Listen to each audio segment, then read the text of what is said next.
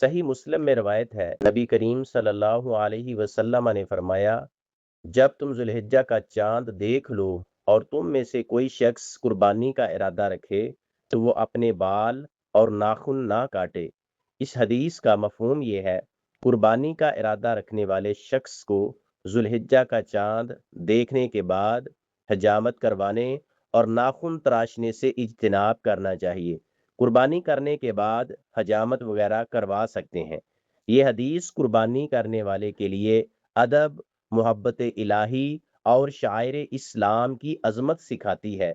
یہ ممانعت ہمیں یہ سبق دیتی ہے کہ مسلمان اللہ کی رضا کے لیے اپنی خواہشات کو بھی روک لیتا ہے۔ قربانی صرف جانور ذبح کرنے کا نام نہیں، بلکہ اپنے نفس، خواہشات اور عادتوں کو اللہ کے حکم کے تابع کرنے کا نام ہے۔